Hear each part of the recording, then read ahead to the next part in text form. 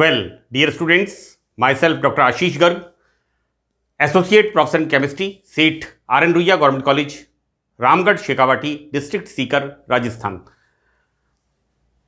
बच्चों, BSc part third में first paper inorganic chemistry में हमने metal ligand bonding in transition metal complexes, धातु एवं लिगेंड के अंदर किस तरह के संक्रमण धातुएं बंध बनाती हैं, ये टॉपिक हमने स्टार्ट किया हुआ है।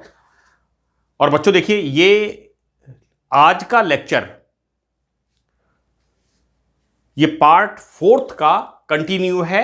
मैं आपको बिगिनिंग में बता रहा हूं, ये जो पार्ट बच्चों मैंने हम मेटल लिगेंड बॉन्डिंग एक्सप्लेन कर रहे हैं क्रिस्टल फील्ड थ्योरी के थ्रू, राइट।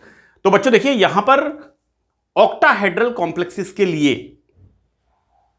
पार्ट थर्ड में हमने स्टार्ट किया था, पार्ट फोर्थ में इसे कंटिन्यू किया है, और ये बच्चों पार्ट फिफ्थ के अंदर ये फिनिश होगा।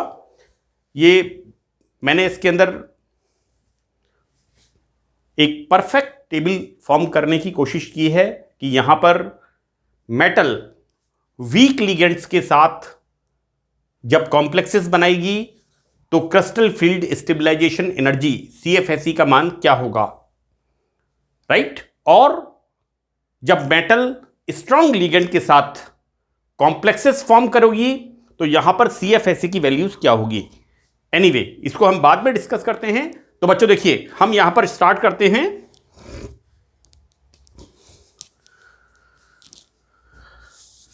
देखिए, मैंने ऑक्टाहेड्रल कॉम्प्लेक्सेस में बताया था कि जब 6 लिगेंड्स मेटल को अप्रोच करते हैं तो मेटल के ट्रांजिशन मेटल के D orbitals 5 D orbital 5 obviously D orbital 5 प्रकार के होते हैं। तो बच्चों देखिए, ये इक्वल एनर्जी के डी ऑर्बिटल्स स्प्लिट हो जाते हैं और दो तरह के कक्षकों में, एक होते हैं T2G कक्षक और एक होते हैं EG कक्षक। दो पार्ट्स में बच्चों डिवाइड होते हैं, राइट। और हमने कहा था कि जो लोअर एनर्जी वाले होते हैं इनको हम कहते हैं T2G ऑर्बिटल्स, और जो हायर एनर्जी वाले होते हैं इन्हें हम कहते हैं EG ऑर्बिटल्स। बच्चों, ये यहां तक मैं डिस्कशन पार्ट फोर्थ में कर चुका हूं। वी स्टार्ट नाउ कि अब 10dq और डेल्टा जीरो, ये जो वैल्यू है CFSE, ये हम ऑक्टाहेड्रल कॉम्प्लेक्सेस के लिए किस प्रकार से निकालेंगे। देखिए बच्चों, यहां सभी T2G एंड EG कक्षक इलेक्ट्रॉन्स द्वारा समान रूप से नहीं भरे जाते हैं। बच्चों देखिए, हम जब ऑक्टाहेड्रल कॉम्प्लेक्स की बात कर रहे हैं, देखिए यहां पर क्या हो रहा है, T2G ऑर्बिटल्स पहले भरे जा रहे हैं, उसके बाद यहां पर EG ऑर्बिटल्स स्टार्ट हो रहे हैं। ये बात किसकी है? वीक लिगेंड फील्ड की। ये पहली लाइन जो मैंने लिखी है यहां पर कि यहां पर ऑक्टाहेड्रल कॉम्प्लेक्सेस में T2G एंड EG ये कक्षक इलेक्ट्रॉन्स द्वारा समान रूप से नहीं भरे जाते। देखिए बच्चों, वीक लिगेंड फील्ड में क्या हो रहा है, पहले T2G इलेक्ट्रॉन में इलेक्ट्रॉन जा रहा है, ऑब्वियसली लोअर एनर्जी के हैं, और उसके बाद 3 इलेक्ट्रॉन के बाद पेयरिंग नहीं हो रही है, इलेक्ट्रॉन कहां जा रहा है, EG ऑर्बिटल्स में, यहां पर जा रहा है। ये कब हो रहा है? वीक लिगेंड फील्ड के अंदर। बच्चों, मैंने स्पेक्ट्रोकेमिकल सीरीज बताई है पार्ट 4 के अंदर, राइट, और उसके अंदर मैंने लिखा है week ligand and strong ligand, right.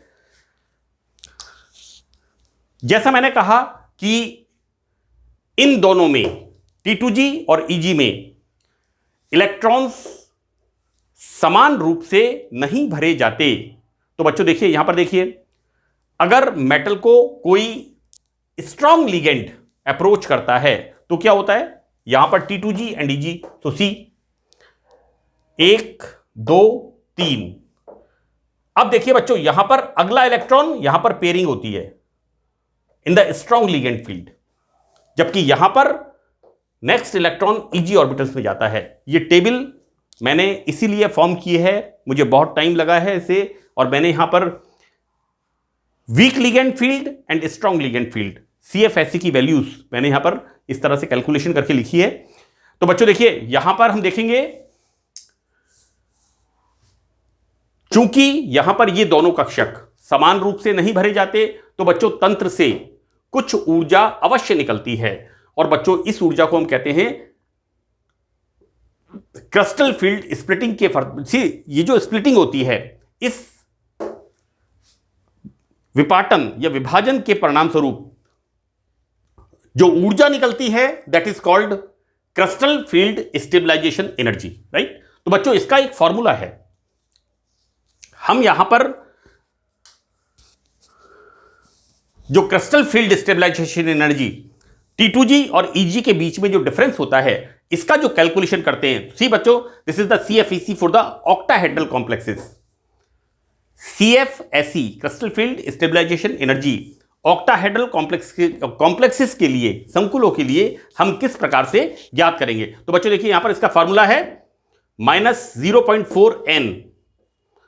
बच्चों this is the difference, -0.4 n। n का मतलब बच्चों यहां पर क्या है, this n is the number of electrons.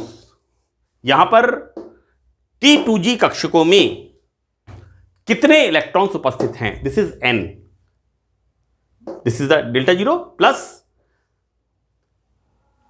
C, this is the 0.6 n। n का मतलब इन कक्षकों में कितने इलेक्ट्रॉन्स हैं EG ऑर्बिटल्स में, तो दिस इज डेल्टा जीरो। तो बच्चों देखिए यहां पर क्या होता है कि मैंने लिखा है यहां पर कि n T2G व n EG, यहां पर n क्या इंडिकेट कर रहा है, T2G। बच्चों दीज आर द T2G, है ना, मैं आपको बता चुका हूं पहले 4 लेक्चर्स के अंदर। और दिस इज द EG, इन कक्षकों में उपस्थित इलेक्ट्रॉन्स की संख्या होती है। n is the number of electrons present in the T2G and EG orbitals. Fine. अब देखिए बच्चों यहां पर एग्जांपल लेते हैं, देखिए कि D1 इलेक्ट्रॉनिक कॉन्फ़िगरेशन वाले धातु आयन में, बच्चों देखिए first transition series it start from scandium, atomic number 21। Scandium के बाद नेक्स्ट एलिमेंट टाइटेनियम। हम टाइटेनियम का इलेक्ट्रॉनिक कॉन्फ़िगरेशन किस तरह से लिखते हैं, 3d2 4s2, राइट। और जब टाइटेनियम में से 3 इलेक्ट्रॉन्स बाहर निकलते हैं,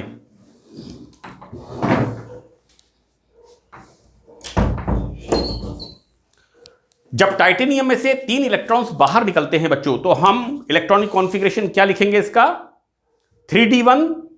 बच्चों देखिए इलेक्ट्रॉनिक कॉन्फ़िगरेशन होता क्या है, एटॉमिक नंबर 22। और देखिए ये सब चीजें आपको आनी चाहिए, मैं इसको लिख के नहीं बताऊंगा, क्योंकि स्कैंडिनियम का electronic configuration this is the 3d1 4s2, right. And titanium का electronic configuration this is the 3d2 and 4s2।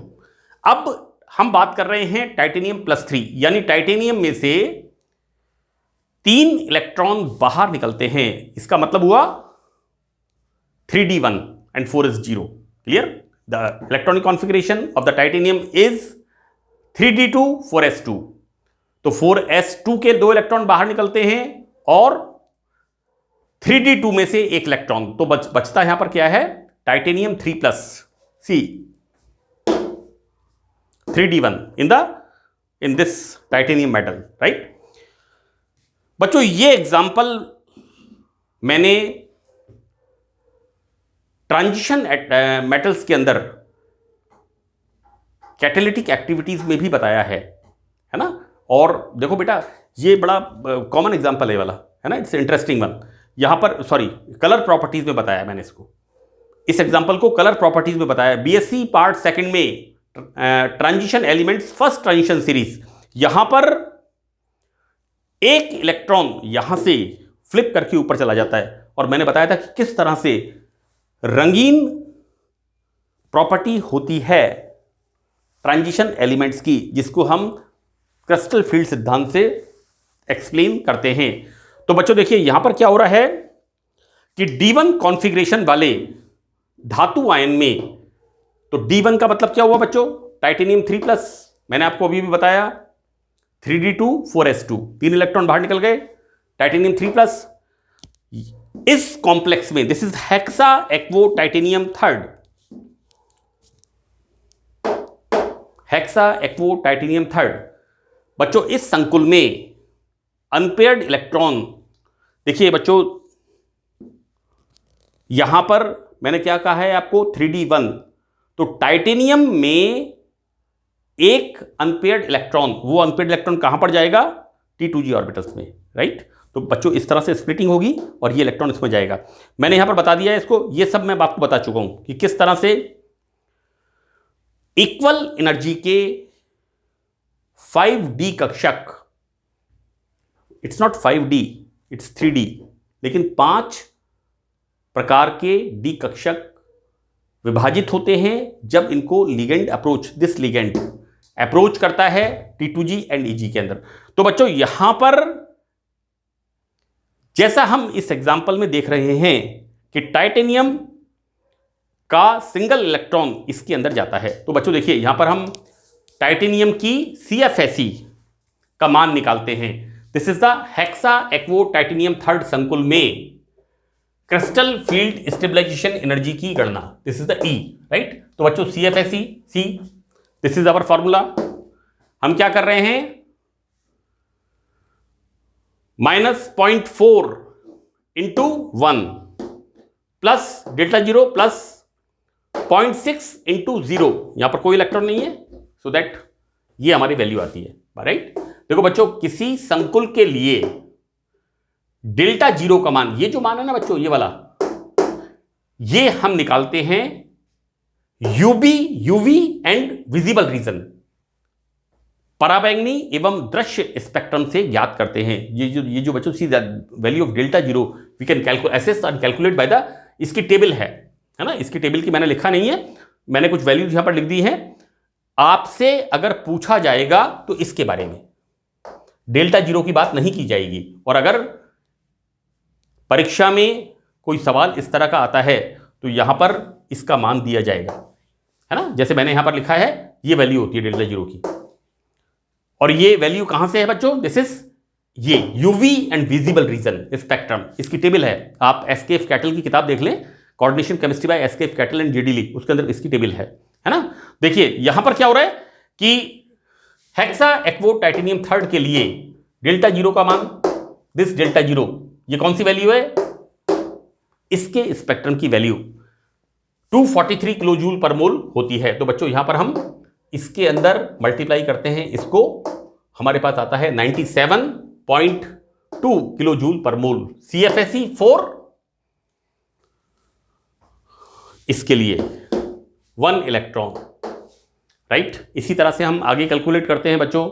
यहां पर देखिए D2 विन्यास के लिए 2 इलेक्ट्रॉन हैं, तो CFSE ये कहां पर है, T2g में, राइट। सी यहां पर हम क्या करेंगे, -0.4 into 2 delta 0 plus 0.6 into 0 into 0.6 कितना आ गया, minus C, this is 0.8 delta 0, यहां पर कितना वैल्यू आया था, -0.4 डेल्टा 0, यहां पर कितना है, -0.8 डेल्टा 0। मैं इसको और क्लियर कर देता हूं,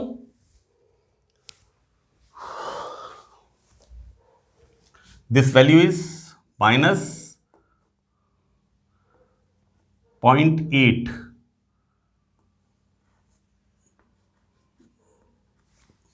more clear, this is -0.8 delta 0, right. बच्चों अगर D3 विन्यास है तो क्या करेंगे, CFSE के लिए 3 इलेक्ट्रॉन्स, n का मान into -0.4 C plus delta C, this is the 0 electrons, यहां पर no electrons presence, then this is the value. तो देखो बेटा हमने सिंगल इलेक्ट्रॉन के लिए वैल्यू निकाली इतना, यहां पर अनपेयर्ड इलेक्ट्रॉन 2, यहां पर बच्चों देखिए 2 अनपेयर्ड इलेक्ट्रॉन्स किसके अंदर हैं, T2g में, वैल्यू निकाली हमने -0.8 डेल्टा 0, अनपेयर्ड इलेक्ट्रॉन 3, हमने वैल्यू निकाली 1.2 डेल्टा 0। बच्चों इस तरह से हम CFSE की कैलकुलेशन यहां पर करते जाएंगे। मैं एक एक का आपको कैलकुलेशन इस पे नहीं बताऊंगा। यहां पर मैंने 3 कैलकुलेशन बता दी हैं कि कितने इलेक्ट्रॉन T2G में होंगे और कितने इलेक्ट्रॉन EG ऑर्बिटल्स में होंगे। इस कैलकुलेशन के हिसाब से हम यहां पर CFSE की गणना करते हैं। अब यहां पर एक और इंपॉर्टेंट चीज है बच्चों, देखिए जो यहां पर बताना जरूरी है। देखो स्पेक्ट्रोकेमिकल सीरीज की मैंने बात की थी, तो यहां पर क्या हो रहा है, वीक लिगेंड फील्ड में बच्चों, वीक लिगेंड फील्ड में क्या हो रहा है, T2G कक्षकों में DXY, DXZ, DYZ, इन कक्षकों में 3 इलेक्ट्रॉन आने के बाद जब 4 अनपेयर्ड इलेक्ट्रॉन होते हैं बच्चों, metal ion D electrons, 4 electrons, तो बच्चों यहां पर अगला इलेक्ट्रॉन EG कक्षकों में जाता है। जबकि अगर स्ट्रॉन्ग लिगेंड फील्ड है तो बच्चों देखिए अगला इलेक्ट्रॉन EG कक्षकों में नहीं जाकर के यहीं पर इसकी पेयरिंग स्टार्ट हो जाती है ना। और बच्चों देखिए यहां पर आपको क्या करना पड़ेगा, इस इक्वेशन के अंदर -0.4 × 4, और ये मैं फिर एक बार रिपीट करता हूं। देखिए बच्चों, वीक लिगेंड फील्ड्स में क्या हो रहा है, जब 4 अनपेयर्ड इलेक्ट्रॉन होते हैं तो T2G 3 इलेक्ट्रॉन और नेक्स्ट इलेक्ट्रॉन जाता है EG कक्षकों में। जबकि स्ट्रॉन्ग लिगेंड फील्ड के अंदर आप देखिए यहां पर इलेक्ट्रॉन की T2G ऑर्बिटल्स में पेयरिंग स्टार्ट हो जाती है। इलेक्ट्रॉन यहां पर जैसे यहां पर जा रहा है ऐसे नहीं जाता। तो बच्चों इसी हिसाब से इक्वेशन ये वाली है हमारी, और हमने यहां पर CFSE का कैलकुलेशन किया है। इन द नेक्स्ट वन देखिए, 5 electrons, 3 electrons in the T2G orbitals and 2 electrons in the EG orbitals. So we can calculate here 3 electrons, यहां पर 2 electrons, right, and we can calculate the value, right. यहां पर हम क्या देखते हैं, देखिए इस जगह पर स्ट्रॉन्ग लिगेंड फील्ड के अंदर इलेक्ट्रॉन्स T2G के अंदर यहां पर पेयरिंग स्टार्ट हो गया, नेक्स्ट इलेक्ट्रॉन यहां पर आ गया, this is the vacant orbital, right. तो जब इसकी हम कैलकुलेशन करेंगे तो कैसे करेंगे, CFSE बराबर -0.4 × 1 उपस्थित electron, sorry this is 5 number of electron in the T2G orbital, 5, right. तो इस तरह से हम यहां पर CFSE की कैलकुलेशन करते हैं। ये टेबल, ये इक्वेशन, राइट। देखो बेटा मैं एक बार फिर रिपीट कर दे रहा हूं, वीक लिगेंड्स के अंदर 1, 2, 3 नेक्स्ट इलेक्ट्रॉन EG ऑर्बिटल्स में जा रहा है, राइट। जबकि स्ट्रॉन्ग लिगेंड फील्ड के अंदर in the octahedral complexes electron 1, 2, 3, तो 4th इलेक्ट्रॉन EG ऑर्बिटल्स में नहीं जाता।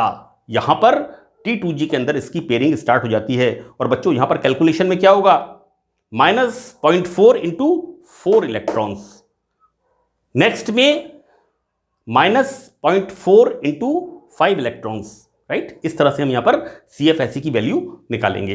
एंड द लास्ट पॉइंट, ये मैंने इसी में से लिखा है कि ये configuration D0, D8, D9 and D10। बच्चों देखिए D8 में, देखिए D8 में वैल्यू कितनी है CFSE की, -1.2 ΔO वीक लिगेंड के लिए। इसी तरह से स्ट्रॉन्ग लिगेंड के लिए कितनी वैल्यू है, -1.2 ΔO। Same value for this C, -0.6 ΔO for the weak ligand field, and the strong ligand field -0.6 ΔO, and the same way D10 0.0 -0.0 ΔO। और बच्चों स्ट्रॉन्ग लिगेंड फील्ड के लिए भी -0.0 ΔO। तो ये वैल्यू यहां पर समान होती है। बच्चों ये मैंने आपको ऑक्टाहेड्रल कॉम्प्लेक्सेस में क्रिस्टल फील्ड थ्योरी मैंने इसमें एक्सप्लेन की है। और मुझे बच्चों देखिए इस टेबल को आप ध्यान से थोड़ा सा देखिएगा, मैंने इसको काफ़ी एम्फेसिस किया है, जोर दिया है समझाने के लिए, और मुझे उम्मीद है कि आपको ये अच्छी तरह से समझ में आएगा।